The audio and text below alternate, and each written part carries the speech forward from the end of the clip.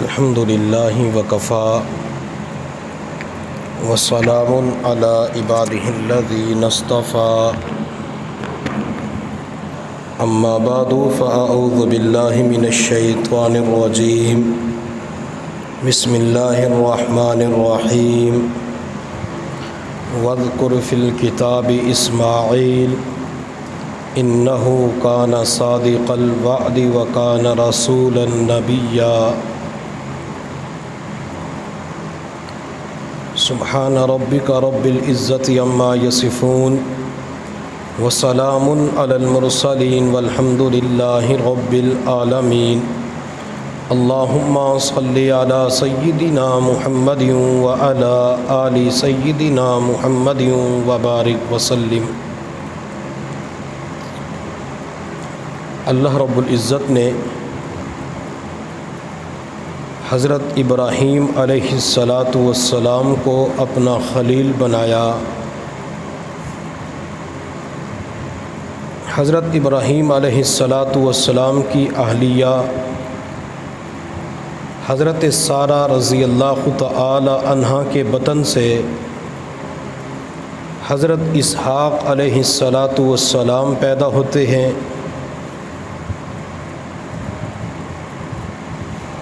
حضرت اماں ہاجرہ سلام اللہ علیہا کے بطن سے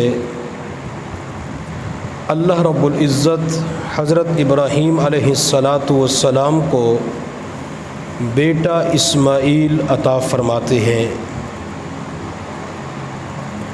حضرت ابراہیم علیہ السلام بڑھاپے کی عمر کو پہنچ چکے تھے۔ چاہت بڑی تھی کہ اللہ تعالیٰ بیٹا عطا فرما دے۔ اللہ رب العزت نے تقریباً 83 یا 84 یا 90 سال کی عمر میں حضرت ابراہیم علیہ السلام کو بیٹا اسماعیل عطا فرمایا۔ حضرت اسماعیل علیہ السلام کی ولادت باسعادت ہوتی ہے۔ اللہ رب العزت نے اپنے ابراہیم خلیل سے فرمایا کہ میرے خلیل اپنی بیوی ہاجرہ اور بچے اسماعیل کو مکہ کی سنگلاخ وادی کے اندر چھوڑ دو۔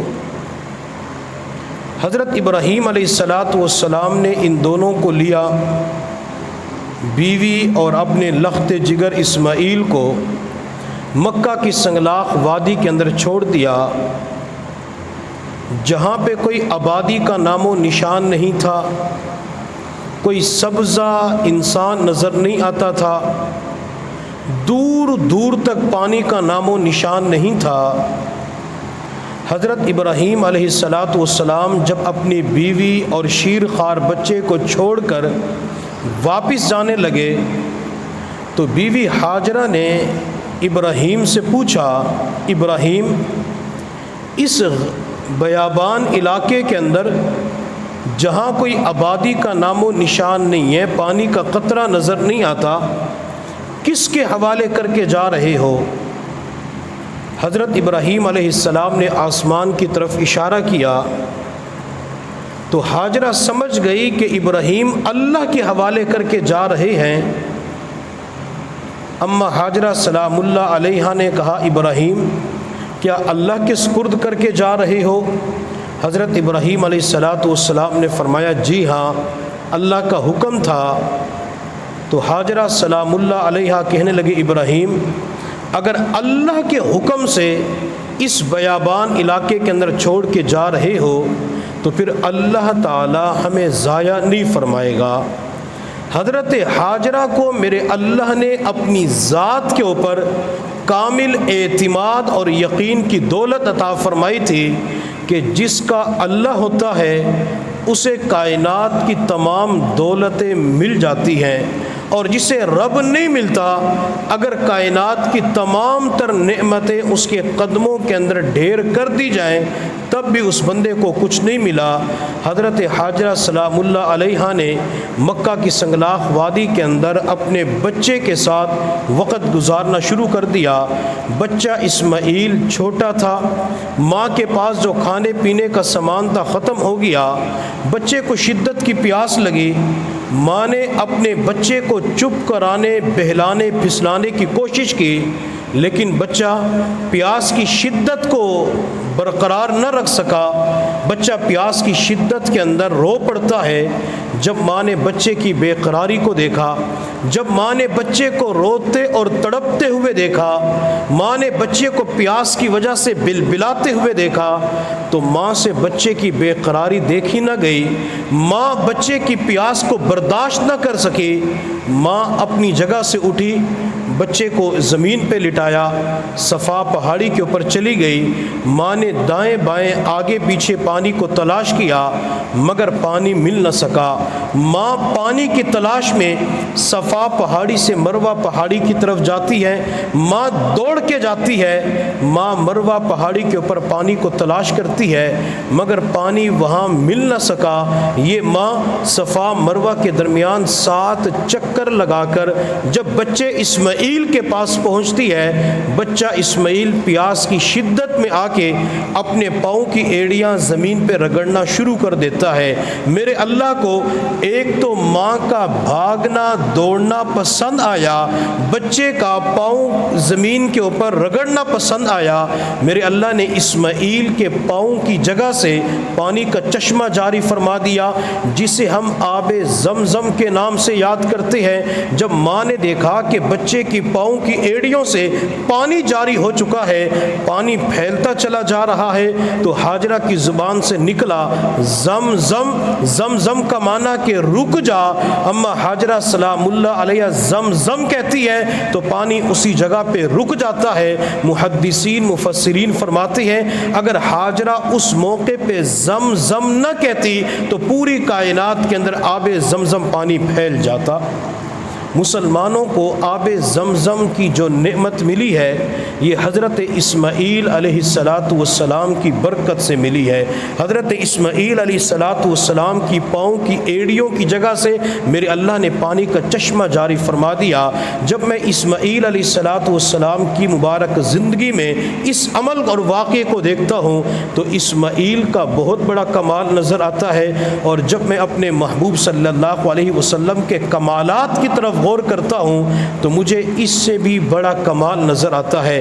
ایک صحابی رضی اللہ تعالی عنہ فرماتے ہیں ہم نبی علیہ السلام کے ساتھ جہاد کے سفر پہ جا رہے تھے، راستے کے اندر ایک جگہ پڑاؤ ڈالا، پینے کا پانی ختم ہو گیا، جانوروں کو پانی پلانا تھا، پانی نہیں تھا، نماز کا وقت ہوا، وضو کرنا تھا، وضو کے لیے پانی نہیں تھا۔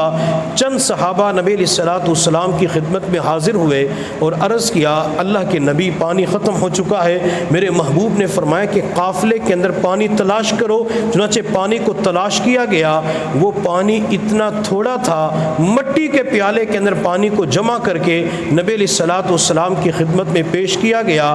آپ اس پیالے کے اندر اپنے دائیں ہاتھ کی انگلیاں پھیلا نہیں سکتے تھے۔ میرے محبوب نے پیالے کے چھوٹا ہونے کی وجہ سے اپنی 5 انگلیوں کو یوں جمع فرمایا۔ صحابی رضی اللہ تعالی عنہ فرماتے ہیں میں اپنی گناہگار آنکھوں سے دیکھ رہا تھا، اللہ نے محبوب کی 5 انگلیوں سے پانی کے 5 چشمے جاری فرما دیے۔ زمین سے پانی نکل آتا ہے، سب سے بڑا کمال تو یہ ہے اللہ نے محبوب کی ہاتھوں کی انگلیوں سے پانی کا چشمہ جاری فرما دیا۔ تو حضرت اسماعیل علیہ السلام کی برکت سے ہمیں آب زمزم کی نعمت ملی، اور جب بھی آب زمزم کو استعمال کریں تو اس وقت نیت یہ کیا کریں کہ اللہ میں اسے پی رہا ہوں، اللہ اس کی برکت سے مجھے قوی حافظہ عطا فرما۔ حافظ ابن حجر رحمۃ اللہ علیہ جنہوں نے بخاری شریف کی شرح لکھی ہے، وہ فرماتے جب اللہ تعالیٰ نے مجھے حج کی سعادت نصیب فرمائی، میں طواف سے فارغ ہونے کے بعد مسنون اعمال کرنے کے لیے جب آب زمزم کے پاس پہنچا، میں نے آب زمزم کے گلاس کو ہاتھ میں پکڑا، میں نے اس وقت دعا مانگی، اللہ تیرے محبوب نے فرمایا آب زمزم جس نیت کے ساتھ پیا جائے اللہ بندے کو وہی مراد دے دیتے ہیں۔ اللہ میرے حافظے کو مضبوط بنا، اللہ میرے حافظے کو قوی فرما۔ حافظ ابن حجر رحمۃ اللہ علیہ فرماتے ہیں آب زمزم پینے کی برکت سے اللہ تعالیٰ نے میرے حافظے کو قوی اور مضبوط بنا دیا۔ اور جب بھی آب زمزم کو استعمال کریں نیت یہ ہونی چاہیے کہ میں اپنے محبوب کا جھوٹا پی رہا ہوں۔ وجہ کیا ہے؟ میرے محبوب صلی اللہ علیہ وسلم حج یا عمرے کے سفر پہ تشریف لائے، آپ علیہ الصلاۃ والسلام آب زمزم کی منڈیر کے اوپر بیٹھ گئے، میرے محبوب نے ڈول کنویں کے اندر ڈالا، پانی کو باہر کھینچا، آپ نے اپنے مبارک لب اس ڈول کے کنارے پہ رکھ کر آب زمزم پانی کو نوش فرمایا۔ نبی علیہ الصلاۃ والسلام نے جب پانی کو نوش فرما لیا تو اس ڈول کے اندر کافی پانی بچ گیا۔ حضرات صحابہ کرام منتظر تھے کہ اللہ کے نبی بچا ہوا پانی ہمیں دے دے۔ نبی علیہ الصلاۃ والسلام نے اپنا بچا ہوا پانی کسی صحابی کو نہیں دیا، میرے محبوب نے وہ بچا ہوا پانی دوبارہ کنویں کے اندر ڈال دیا۔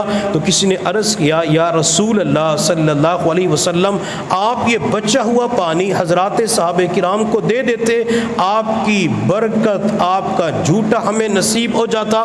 میرے محبوب صلی اللہ علیہ وسلم نے فرمایا میرے صحابہ تمہیں تو میرا جھوٹا نصیب ہوتا رہتا ہے، دیدار مصطفیٰ کی نعمت بھی حاصل ہو جاتی ہے، تمہیں میری مجلس اور صحبت بھی نصیب ہو جاتی ہے، میرے بعد میری آنے والی امت کا کیا بنے گا؟ میری نبوت قیامت تک کے لیے ہے اور یہ پانی بھی قیامت تک کے لیے جاری رہے گا۔ جب تک میری امت اس پانی کو استعمال کرتی رہے گی اس وقت تک میری امت کو اپنے نبی کا جھوٹا نصیب ہوتا رہے گا۔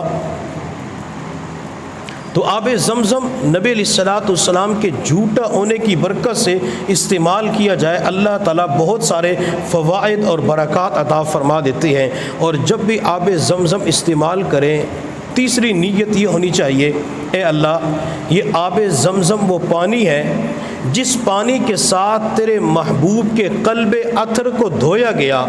اللہ تیرا محبوب صلی اللہ علیہ وسلم جب حلیمہ کے پاس تھے، اللہ تیرا محبوب جب معراج کے سفر پہ آپ نے اپنے پاس بلانا تھا، اللہ آپ نے محبوب کے قلب اطہر کو آب زمزم پانی کے ساتھ فرشتوں کے ذریعے دھلوایا۔ اللہ میں یہ پانی پی رہا ہوں، اللہ اس پانی کی برکت سے میرے دل کی غلاظتوں کو دور فرما، اللہ میرے دل کی گندگی کو دور فرما، اللہ میرے دل کو صاف فرما۔ اللہ دل کو صاف کرنا، دل کو چمکانا تو آپ کا کام ہوتا ہے، اللہ دل کی گندگی دل کی سیاہی کو دور کرنا آپ کا کام ہوتا ہے، اللہ دل کی سختی کو دور کرنا آپ کا کام ہے۔ اللہ میرے دل کو نرم فرما دیجئے، اللہ میرے دل کو صاف روشن چمکدار بنا دیجئے، چونکہ جب کوئی بندہ نیت کر لیتا ہے اللہ تعالیٰ نیت کی وجہ سے بندے کو وہی مراد عطا فرما دیتی ہے۔ تو مسلمانوں کو آب زمزم حضرت اسماعیل علیہ السلام کی برکت سے ملا ہے۔ حضرت اسماعیل علیہ السلام کی عمر تقریباً 13 سال تھی، اور بعض مفسرین فرماتے ہیں کہ اسماعیل بالغ ہو چکے تھے۔ حضرت ابراہیم علیہ السلام نے خواب دیکھا، خواب کے اندر وہ اپنے بیٹے کو ذبح کر رہے ہیں۔ حضرت ابراہیم علیہ السلام نے اپنے بیٹے اسماعیل سے فرمایا کہ بیٹا اسماعیل انی اذبحک فانظر ماذا تری، کہ میں نے خواب کے اندر دیکھا تجھے ذبح کر رہا ہوں، بتا میرے بیٹے تیری کیا رائے ہے۔ جب والد اپنے بیٹے اسماعیل سے پوچھتے ہیں، وہ بیٹا اپنے والد کا اتنا فرما بردار باادب تھا، احترام اور تعظیم کرنے والا، بیٹے نے فوراً کہا یا ابا تھی، اے ابا جان افعل ما تؤمر، اللہ تعالیٰ نے آپ کو جو حکم دیا ہے آپ اس کو پورا کر دیجئے، ستجدنی انشاء اللہ من الصابرین، اللہ نے چاہا تو آپ مجھے صبر کرنے والوں میں سے پائیں گے۔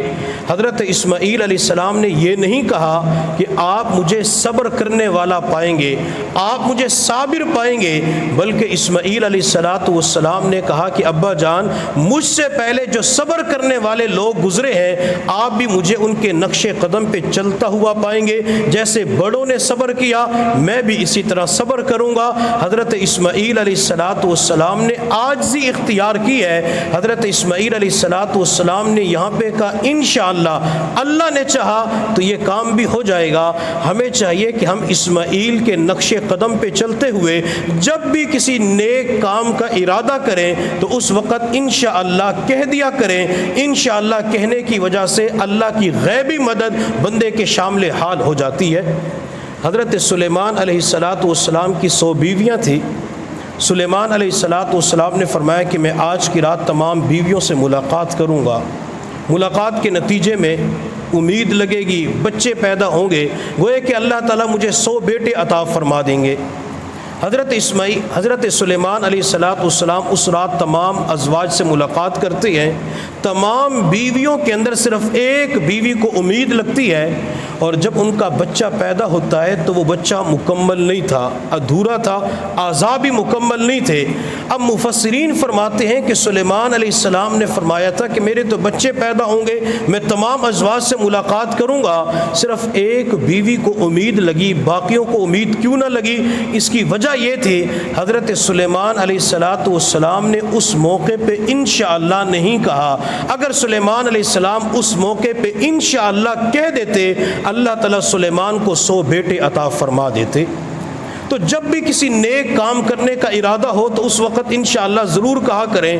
ہمارا انشاءاللہ ایک موقع کے اوپر تو زوردار آواز میں نکلتا ہے جب مسجد کے اندر تبلیغی جماعت آتی ہے اور تبلیغی جماعت والے تشکیل کا عمل شروع کرتے ہیں تو پوچھتے ہیں کہ آپ میں سے چلے اور 4 مہینے کا ارادہ کیا ہے، تو کھڑے ہو کے اونچی آواز سے زوردار آواز میں کہتے ہیں میرا انشاءاللہ چلے کا ارادہ ہے، میرا انشاءاللہ 4 مہینے کا ارادہ ہے۔ جیسے اس موقع پہ انشاءاللہ کہتے ہیں، اسی طرح دنیا کے اندر جتنے بھی نیک کام کے عزائم ہوں بندہ اس وقت کہہ دے انشاءاللہ میں یہ کام کروں گا، قربانی قریب آ رہی ہے، انشاءاللہ میں قربانی کروں گا، انشاءاللہ قربانی کا جانور خریدوں گا۔ حج پہ نہیں جا سکتے، کم از کم یہ تو ارادہ کر سکتے انشاءاللہ جیسے رکاوٹیں بندشیں ختم ہوگی میں انشاءاللہ حج کرنے کے لیے جاؤں گا، میں آج سے قرآن کی تلاوت انشاءاللہ ضرور کروں گا، انشاءاللہ نوافل کا اہتمام کروں گا، انشاءاللہ تہجد کی نماز پڑھوں گا، انشاءاللہ یومیہ معمولات کی پابندی کروں گا، انشاءاللہ ہر جمعے درود شریف سورہ کہف کی تلاوت کروں گا۔ جب بندہ کسی بھی نیک عمل کے ساتھ انشاءاللہ کہہ دیتا ہے اللہ تعالیٰ بندے کو اس عمل اور عبادت کی توفیق عطا فرما دیتے ہیں۔ وہ ایک شخص گزرا ہے جسے لال بھجکڑ کہا جاتا ہے، لطائف کی دنیا کے اندر ایک مشہور شخص تھا۔ وہ ایک مرتبہ گدھا خریدنے کے لیے جا رہا تھا، راستے کے اندر اسے کوئی بندہ ملا، پوچھا لال بھجکڑ کہاں جا رہے ہو؟ لال بھجکڑ نے جواب دیا گدھا خریدنے کے لیے جا رہا ہوں۔ اس شخص نے کہا کہ انشاءاللہ بھی کہہ دو کہ انشاءاللہ گدھا خرید کے لاؤں گا۔ لال بھجکڑ نے کہا کہ پیسے جیب میں گدھا منڈی میں انشاءاللہ کیوں کہوں؟ اس نے انشاءاللہ نہیں کہا۔ جب یہ لال بھجکڑ منڈی کے اندر پہنچا، گدھے کو دیکھا، گدھا پسند آیا، مالک سے بات چیت ہوئی، مالک نے کہا کہ اتنے پیسوں کا یہ گدھا ہے۔ لال بھجکڑ نے جو ہی پیسے نکالنے کے لیے جیب میں ہاتھ ڈالا تو ہاتھ سیدھا نیچے زمین کی طرف چلا گیا، اس کی جیب کٹ چکی تھی، جیب کے اندر پیسے نہیں تھے۔ اب بڑا پریشان، گدھا نہ خرید سکا، واپسی گھر کی طرف جا رہا تھا، راستے کے اندر وہی بندہ ملا، پوچھا لال بھجکڑ گدھے کا کیا بنا؟ آپ تو گدھا خریدنے کے لیے گئے تھے۔ وہ انشاءاللہ میں منڈی میں گیا، انشاءاللہ گدھے کو دیکھا، انشاءاللہ گدھا پسند آیا، انشاءاللہ گدھے کے مالک سے بات کی، انشاءاللہ جیب میں ہاتھ ڈالا، انشاءاللہ پیسے نہیں تھے۔ تو جس وقت اسے کہا کہ انشاءاللہ اب کہو، اس وقت تو انشاءاللہ نہیں کہا، اور جب سب کچھ اس کا چھن گیا، لٹ گیا، اب ہر جملے کے اندر انشاءاللہ انشاءاللہ کہہ رہا ہے۔ جو لوگ ہجرت کر کے ہندوستان سے ملک پاکستان میں آئے تو ایک مرتبہ ان سے کسی نے پوچھا، کوئی مزاحیہ بات بنی ہوئی ہے کہ آپ کے ہندوستان میں کیا تھے؟ اس نے کہا ہمارے ہندوستان میں پودینے کے باغ تھے۔ اس نے کہا پودینے کے باغ؟ کہا ہاں پودینے کے باغ، سیسم کے درخت کے نیچے سیسے کے گلاس میں شکر کا شربت پیوے تھے۔ اب اگلا بندہ بڑا پریشان کہ یہاں تو شین نظر نہیں آتی، کہنا تو یوں چاہیے تھا شیشم کے درخت کے نیچے شیشے کے گلاس میں شکر کا شربت پیوے تھے۔ اس نے کہا سیسم کے درخت کے نیچے سیسے کے گلاس میں شکر کا شربت پیوے تھے۔ اگلے بندے نے کہا خدا کے بندے کبھی شین بھی بول لیا کر۔ جب وہ بندہ مجلس سے اٹھ کے جانے لگا تو اس نے کہا اچھا بھائی السلام علیکم۔ تو جہاں اس نے شین بولنی تھی وہاں سین بول رہا تھا، اور جہاں سین بولنی تھی وہاں شین بول رہا تھا۔ تو ہمیں چاہیے کہ ہم جب بھی کسی نیک کام کا ارادہ کریں تو موقع محل کے اوپر انسان انشاءاللہ ضرور کہے۔ انشاءاللہ کی برکت سے اللہ تعالیٰ کاموں کے اندر آسانی فرماتے ہیں، اور اللہ تعالیٰ بندے کو ان نت نئے اعمال کی توفیق عطا فرما دیتی ہے۔ حضرت اسماعیل علیہ السلام نے فرمایا انشاءاللہ ابو جان آپ مجھے صبر کرنے والوں میں سے پائیں گے۔ حضرت ابراہیم علیہ السلام اپنے بیٹے اسماعیل کو لے کر مینا کے میدان کی طرف روانہ ہو جاتے ہیں۔ جب شیطان نے دیکھا کہ ابراہیم اپنے رب کے حکم کو پورا کرنے کے لیے اسماعیل کو لے کر روانہ ہو چکے ہیں، شیطان انسانی شکل کے اندر اماں ہاجرہ کے دروازے پہ آیا اور دروازے پہ دستک دی۔ ماں ہاجرہ دروازے کے قریب آئی، پوچھا کون؟ تو شیطان کہنے لگا آپ کا خاوند آپ کے بیٹے کو ذبح کرنے کے لیے مینا کی طرف لے کے جا رہا ہے۔ اماں ہاجرہ سلام اللہ علیہا نے کہا کہ میرا ابراہیم اپنے بچے کے ساتھ ایسا نہیں کر سکتا، ابراہیم کو تو اپنے فرزند ارجمند کے ساتھ بڑی محبت ہے۔ تو شیطان کہنے لگا ہاجرہ اللہ نے حکم دیا ہے اور ابراہیم اپنے رب کا حکم پورا کرے گا۔ اماں ہاجرہ سلام اللہ علیہا کہنے لگی اگر اللہ تعالیٰ نے حکم دیا ہے یہ تو ایک اسماعیل ہے، میں اللہ کے نام کے اوپر تو 100 اسماعیل قربان کرنے کے لیے تیار ہوں۔ اگر اللہ نے حکم دیا ہے تو میرا ابراہیم ذبح کرنا چاہے تو ذبح کرے، اللہ مجھ سے راضی ہو جائے گا۔ شیطان یہاں سے مایوس ہوا، شیطان ابراہیم کے پاس گیا انسانی شکل کے اندر، اور انسانی شکل کے اندر ابراہیم کے قریب جا کے کہا ابراہیم اللہ نے بڑھاپے کے اندر آپ کو بیٹا دیا، کیا بڑھاپے کے اندر بیٹے کو ذبح کرو گے؟ آپ کو دوبارہ ایسا خوبصورت نیک سیرت بیٹا نہیں مل سکتا، کچھ تو لحاظ کرو، کل دنیا آپ کو بیٹے کا قاتل کہے گی۔ حضرت ابراہیم علیہ السلام سمجھ گئے کہ یہ شیطان ہے۔ ابراہیم علیہ السلام نے 7 کنکریاں اٹھائی اور 7 کنکریاں اٹھا کے شیطان کو ماری۔ یہ جو ہم حج کے سفر پہ جاتے ہیں اور وہاں پہ تینوں شیطانوں کو کنکریاں مارتے ہیں، جمر اولا، جمر وسطیٰ، جمر عقبہ، تو یہ شیطان انسانی شکل کے اندر آیا۔ ابراہیم علیہ السلام نے وہاں پہ شیطان کو کنکریاں ماری۔ جب شیطان دور چلا گیا تو دوسری مرتبہ پھر آیا، ابراہیم نے دوبارہ کنکریاں اٹھا کے شیطان کو ماری، دور چلا گیا۔ پھر تیسری مرتبہ آیا، ابراہیم نے 7 کنکریاں اٹھا کے شیطان کو ماری۔ اللہ رب العزت کو ابراہیم علیہ السلام کا یہ کنکریاں مارنا اتنا پسند آیا، اللہ رب العزت نے قیامت تک کے لیے اس امت کے اوپر حجاج کرام کے اوپر واجب کر دیا، اگر کوئی بندہ حج کرنے کے لیے جاتا ہے 10 ذی الحجہ، 11 ذی الحجہ، 12 ذی الحجہ، اگر ان 3 ایام کے اندر شیطان کو کنکریاں نہ مارے تو اس بندے کا حج مکمل نہیں ہو سکتا۔ 13 ذی الحجہ کی رمی اختیاری ہوتی ہے، اگر بندہ رمی کرنا چاہے تو ثواب ملتا ہے، شیطان کو کنکریاں نہ مارے تو 13 ذی الحجہ کو گناہ نہیں ملتا۔ لیکن علماء کرام فرماتے کہ 13 ذی الحجہ کو بھی کنکریاں ضرور مارے، کیونکہ اللہ تعالیٰ ایک کنکری مارنے کی وجہ سے بندے کا ایک گناہ کبیرہ معاف فرما دیتے ہیں۔ حضرت ابراہیم علیہ السلام نے دیکھا کہ شیطان دور جا چکا ہے۔ حضرت ابراہیم علیہ السلام نے اسماعیل کو زمین کے اوپر لٹایا۔ جب اسماعیل کو زمین پہ لٹایا، امام رازی رحمۃ اللہ علیہ اپنی تفسیر کبیر کے اندر لکھتے ہیں اسماعیل نے اپنے والد ابراہیم سے کہا کہ ابو جان آپ میرے ہاتھ پاؤں باندھ دیجئے۔ ابراہیم نے پوچھا اسماعیل اس کی وجہ کیا ہے؟ اسماعیل بیٹے نے عرض کیا ابو جان جب آپ میرے گلے کے اوپر چھری چلائیں گے تو مجھے تکلیف ہوگی، تکلیف کے اندر میرے ہاتھ پاؤں حرکت کریں گے، کہیں ایسا نہ ہو کہ آپ کو پاؤں لگ جائے اور میں آپ کا بے ادب بن جاؤں۔ میں آخری وقت کے اندر بھی آپ کی بے ادبی نہیں کرنا چاہتا۔ اللہ نے جن کو ماں باپ کی نعمت عطا فرمائی ہے وہ اسماعیل کی زندگی سے سبق حاصل کریں۔ اسماعیل ذبح ہونا چاہتے ہیں، آخری وقت کے اندر اپنے والد کی اطاعت فرما برداری کرتے ہوئے نظر آتے ہیں۔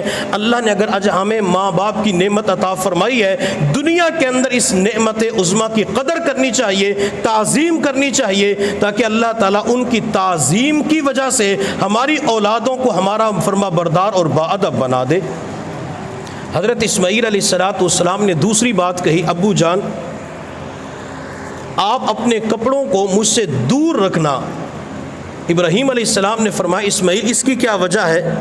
حضرت اسماعیل علیہ السلام نے جواب دیا، ابو جان جب آپ مجھے ذبح کریں گے میرے حلق سے خون نکلے گا، کہیں ایسا نہ ہو کہ خون کے چھینٹے آپ کے کپڑوں پہ گر جائیں اور آپ کے کپڑوں پہ خون لگا ہوا ہوگا، جب گھر جائیں گے میری ماں آپ کے کپڑوں کے اوپر جب خون دیکھے گی تو میری ماں اس خون کو برداشت نہیں کر سکے گی۔ حضرت ابراہیم علیہ السلام نے فرمایا بیٹا کوئی اور بات بھی ہے؟ حضرت اسماعیل علیہ السلام نے عرض کیا ابو جان چھری کو پتھر کے اوپر اچھی طرح تیز کر لیجئے تاکہ میری روح جلدی نکل جائے اور میں اللہ کی بارگاہ کے اندر کامیاب ہو جاؤں۔ حضرت ابراہیم علیہ السلام اپنے بیٹے کی باتوں کو سن کر بڑے حیران ہو جاتے ہیں۔ حضرت ابراہیم علیہ السلام کی خدمت میں بیٹے اسماعیل نے پھر عرض کیا ابو جان آپ ایک کام اور کیجئے کہ مجھے اوندے منہ لٹا دیجئے۔ ابراہیم علیہ السلام نے پوچھا بیٹا اسماعیل اس کی کیا وجہ ہے؟ حضرت اسماعیل علیہ السلام نے عرض کہ ابو جان جب آپ مجھے سیدھا لٹا کر گلے کے اوپر چھری رکھ کے چلائیں گے کہیں ایسا نہ ہو کہ شفقت پدری جاگ اٹھے، آپ کے ہاتھ کے اندر وہ تیزی ہے، کہیں بچے کی محبت دل کے اندر جوش مارنا شروع کرے اور آپ کے ہاتھوں کے اندر سستی پیدا ہو جائے۔ میں یہ چاہتا ہوں کہ آخری وقت کے اندر جب آپ چھری چلائیں اللہ تعالیٰ آپ کے اس عمل کو جلدی قبول فرما لے۔ حضرت ابراہیم علیہ السلام نے بچے اسماعیل کو اوندے منہ لٹایا۔ ابراہیم علیہ السلام نے اسماعیل کے گلے پہ چھری رکھی، چھری کو چلانا شروع کیا۔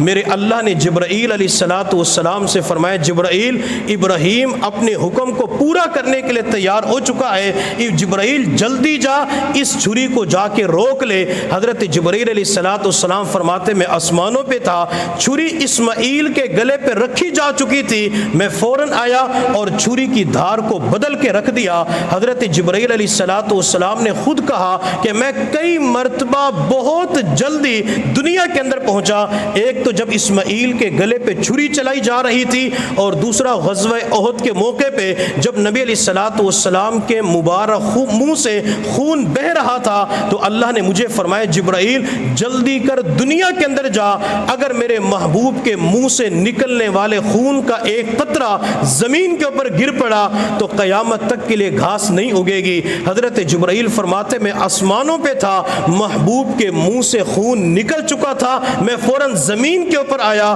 اور محبوب کے خون کو اپنے نورانی پروں کے اوپر لے لیا۔ اللہ نے جبرائیل سے فرمایا جبرائیل جلدی کر اسماعیل کے پاس پہنچ۔ حضرت ابراہیم علیہ السلام کے ہاتھ کے اندر جو چھری تھی اس کی دھار کو جبرائیل نے بدل دیا، تو جب چھری نے اثر نہیں دکھایا حضرت اسماعیل علیہ السلام کہنے لگے ابو جان لگتا یہ ہے کہ اللہ تعالیٰ کو ہمارا یہ طریقہ یہ عمل پسند نہیں آیا، آپ مجھے اوندے منہ سیدھے منہ لٹا دیجئے، میرے ہاتھ پاؤں بھی کھول دیجئے تاکہ اللہ تعالیٰ ہو سکتے ہمارے اس عمل کو قبول فرما لے۔ حضرت ابراہیم علیہ السلام نے اسماعیل کو سیدھا لٹایا، ان کے ہاتھ پاؤں کھول دیے، گلے کے اوپر چھری رکھی، چھری نے کام نہیں دکھایا۔ حضرت ابراہیم علیہ السلام جلال میں آ کے چھری کو پتھر پہ دے مارتے ہیں، پتھر کے فوراً دو ٹکڑے ہو جاتے ہیں۔ حضرت ابراہیم علیہ السلام چھری کو مخاطب کر کے فرماتے ہیں چھری تو پتھر کے دو ٹکڑے کر دیتی ہے مگر انسانی گوشت کو نہیں کاٹتی، انسانی رگوں کو نہیں کاٹتی، وجہ کیا ہے؟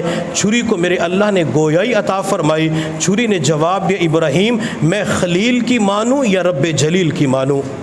ابراہیم میں خلیل کی مانوں یا رب جلیل کی مانوں؟ اللہ مجھے فرماتے ہیں کہ اسماعیل کی ایک رگ کو بھی نہیں کاٹنا، اسماعیل کے ایک بال کو بھی نہیں کاٹنا۔ اب چھری یہاں موجود ہے، چھری کا چلانے والا اللہ کا نبی ابراہیم خلیل اللہ ہے۔ چھری کو پتھر کے اوپر تیز کیا گیا ہے، لیکن اللہ تعالیٰ نے چھری کے اندر سے کاٹنے کی تاثیر کو سلب فرما لیا۔ جب ابراہیم علیہ السلام اپنے خواب کو سچ کر دکھاتے ہیں تو میرے اللہ نے قرآن عظیم الشان کے اندر فرمایا قد صدقت الرؤیا، ابراہیم تو نے اپنے خواب کو سچ کر دکھایا۔ حضرت ابراہیم علیہ السلام چھری اٹھا کے دوبارہ چلاتے ہیں، میرے اللہ نے اسماعیل کو ابراہیم کی چھری کے نیچے سے نکالا اور جنت سے ایک مینڈا ابراہیم علیہ السلام کی چھری کے نیچے رکھا۔ حضرت ابراہیم علیہ السلام نے جب دیکھا کہ چھری چلنا شروع ہو گئی تو اونچی آواز سے کہا اللہ اکبر اللہ اکبر۔